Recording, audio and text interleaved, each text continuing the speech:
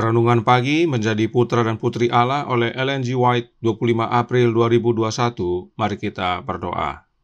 Bapa kami yang di sorga, Allah pencipta langit dan bumi, laut dan segala isinya, Allah yang maha besar, maha kuasa, sumber segalanya, yang kami sembah selalu melalui anak-Mu yang tunggal, Yesus Kristus. Terpujilah Yesus, anak Allah yang maha tinggi, yang adalah penolong dan penghibur kami. Pada pagi hari ini kami bersyukur boleh bangun dan berbakti dan sebagaimana membaca nasihat firman-Mu, kiranya ini menjadi pembaharuan bagi hidup kami sebagai umat-umat yang sedang berjalan pulang ke sorga. Beserta kami sepanjang perbaktian ini kehendak-Mu yang jadi. Ampun kami akan dosa dan salah, karena kami berdoa hanya dalam nama anak Allah yang tunggal, Yesus Kristus, yang adalah Tuhan dan Juru Selamat kami. Amin. Renungan hari ini akan dibacakan oleh Ibu Vivi Tambunan. Silakan Ibu Vivi. Selamat pagi. Renungan hari ini berjudul Bersukacita dalam harta kekayaan kasih karunia. Ayat inti terdapat dalam Ulangan 26 ayat 11. Dan haruslah engkau orang Lewi dan orang asing yang ada di tengah-tengahmu bersukaria karena segala hal yang baik yang diberikan Tuhan Allahmu kepadamu dan kepada seisi rumahmu. Pengucapan syukur dan puji-pujian haruslah dinyatakan kepada Allah untuk berkat-berkat temporal dan kenikmatan apapun yang dicurahkannya atas kita. Allah mau supaya tiap-tiap keluarga yang Ia sedang sediakan untuk mendiami tempat kediaman kekal yang di surga, memberikan kemuliaan kepadanya karena harta kekayaan kasih karunia-Nya. Sekiranya anak-anak dalam kehidupan rumah tangga dididik dan dilatih untuk menjadi orang-orang yang bersyukur kepada pemberi segala hal yang baik, kita akan melihat suatu elemen kasih karunia surgawi dinyatakan dalam keluarga-keluarga kita. Kegembiraan akan tampak dalam kehidupan rumah tangga karena orang-orang muda akan membawa suatu roh penghormatan dan turut berbakti ke dalam ruangan sekolah dan ke dalam gereja. Maka akan terdapatlah orang-orang yang hadir di tempat suci di mana Allah bertemu dengan umat-Nya, suatu perasaan hormat dan takut bagi semua peraturan perbaktian kepadanya, dan puji-pujian syukur dan ungkapan terima kasih akan dipersembahkan untuk semua karunia pemeliharaannya.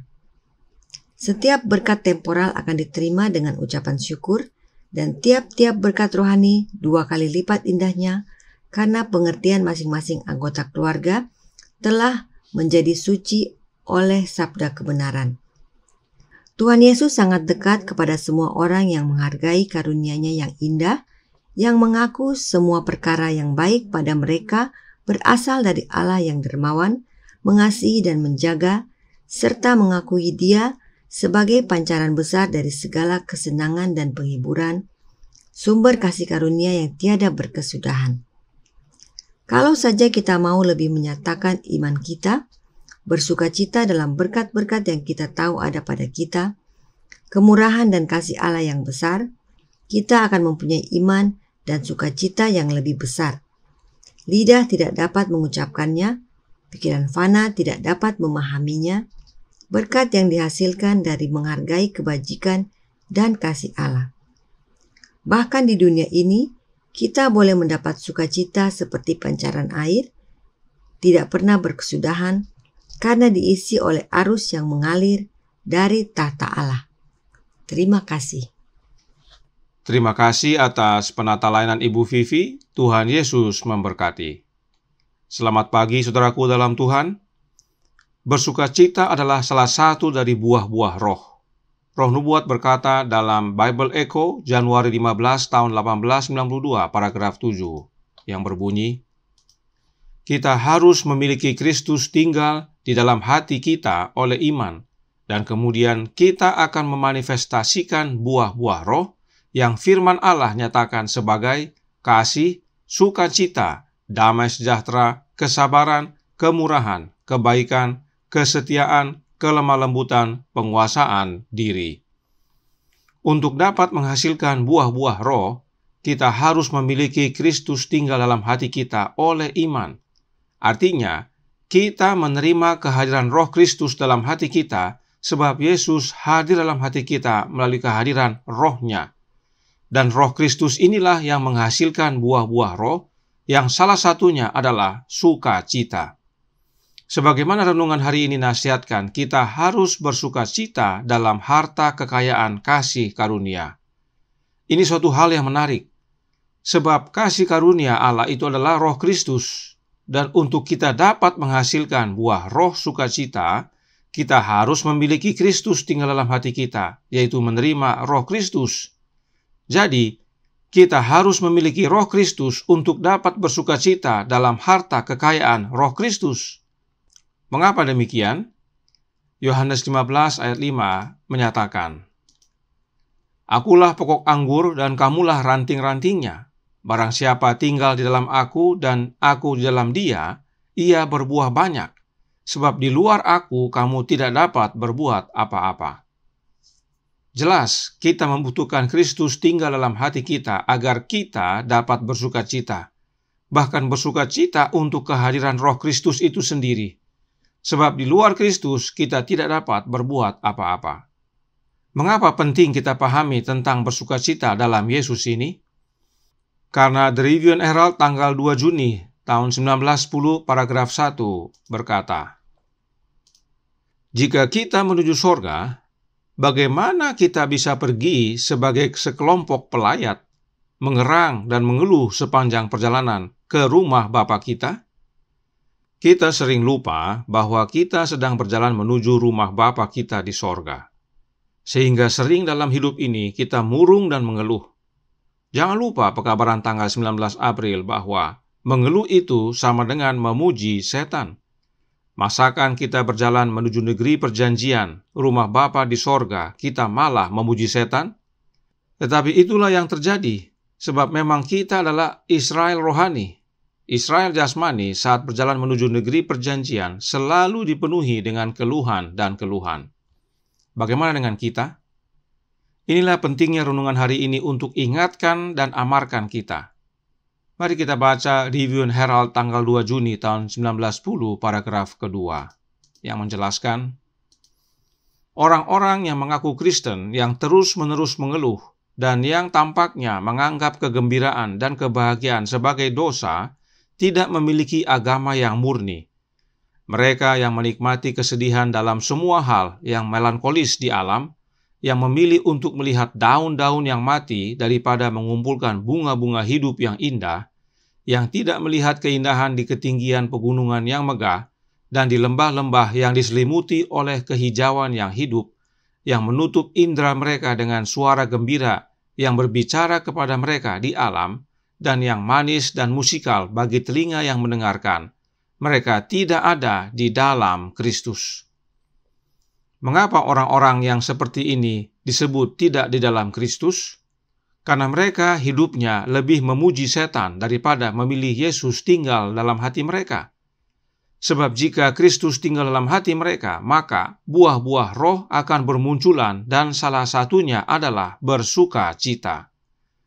Perhatikan prinsip berikut ini dalam Membina Keluarga Sehat halaman 225 paragraf 4 yang berkata, "Adalah hukum alam bahwa pikiran dan perasaan kita didorong dan dikuatkan kalau kita mau mengungkapkannya. Sementara kata-kata menyatakan pemikiran adalah juga benar bahwa pikiran mengikuti kata-kata. Kalau kita mau lebih banyak menyatakan iman kita dan lebih bergembira karena berkat-berkat yang kita tahu sudah kita terima, yakni rahmat dan kasih Allah yang besar, maka kita sudah pasti mempunyai iman yang lebih kuat dan kegembiraan yang lebih besar. Apa yang kita pikir dan rasa, saudaraku dalam Tuhan, akan menjadi semakin kuat jika akhirnya kita ekspresikan dalam bentuk kata-kata. Kata-kata itu tidak hanya membentuk pola pikir kita, tapi juga bagi mereka yang mendengarnya. Jadi, saat kita mengungkapkan pikiran dan perasaan kita yang penuh keluhan, itu tidak hanya mempengaruhi hidup kita, tapi juga hidup orang lain yang mendengar perkataan kita. Sebaliknya, hal yang sama bila kita mengekspresikan iman dan kegembiraan kita tentang berkat-berkat yang sudah kita terima, khususnya rahmat dan kasih Allah yang begitu besar untuk kita, maka Iman kita menjadi semakin kuat dan hidup kita semakin bergembira. Inilah yang renungan hari ini nasihatkan, yaitu untuk lebih bersyukur dan untuk setiap berkat temporal, yaitu yang bersifat sementara, dan teristimewa, bersyukur 2 kali lipat untuk berkat-berkat rohani. Dan kepada orang-orang yang selalu bersukacita dan bersyukur ini, renungan hari ini berkata dalam Menjadi Putra dan Putri Allah, halaman 126, paragraf 2. Tuhan Yesus sangat dekat kepada semua orang yang menghargai karunia-Nya yang indah, yang mengaku semua perkara yang baik pada mereka berasal dari Allah yang dermawan, mengasihi dan menjaga, serta mengakui Dia sebagai pancaran besar dari segala kesenangan dan penghiburan, sumber kasih karunia yang tidak berkesudahan. Yesus dekat dengan mereka yang memiliki Roh Kristus dalam hidup mereka. Sebab dengan memiliki kasih karunia Kristus yang adalah rohnya Yesus itu sendiri, maka kita menjadi orang-orang yang bersyukur dan bersukacita. Dan kita akan akui bahwa semua perkara yang baik dalam hidup kita yang kita miliki berasal dari Allah. Karenanya, nasihat berikut ini sangat baik untuk kita yang terdapat dalam Review and Herald Juni 2 tanggal 1910 paragraf ke-7 yang menjelaskan, ketika seseorang bertanya bagaimana perasaan Anda, jangan mencoba memikirkan sesuatu yang menyedihkan untuk diceritakan, untuk mendapatkan simpati. Jangan berbicara tentang kurangnya iman Anda atau tentang kesedihan dan penderitaan Anda. Penggoda senang mendengar kata-kata seperti itu. Saat berbicara tentang topik yang suram, Anda memuliakannya, yaitu memuliakan setan. Kita tidak boleh memikirkan kuasa besar setan untuk mengalahkan kita. Seringkali kita menyerahkan diri kita ke tangannya dengan membicarakan kuasanya. Gantinya, marilah kita berbicara kuasa besar Allah untuk mengikat semua kepentingan kita dengan kepentingannya. Ceritakan tentang kuasa Kristus yang tak tertandingi dan berbicara tentang kemuliaannya.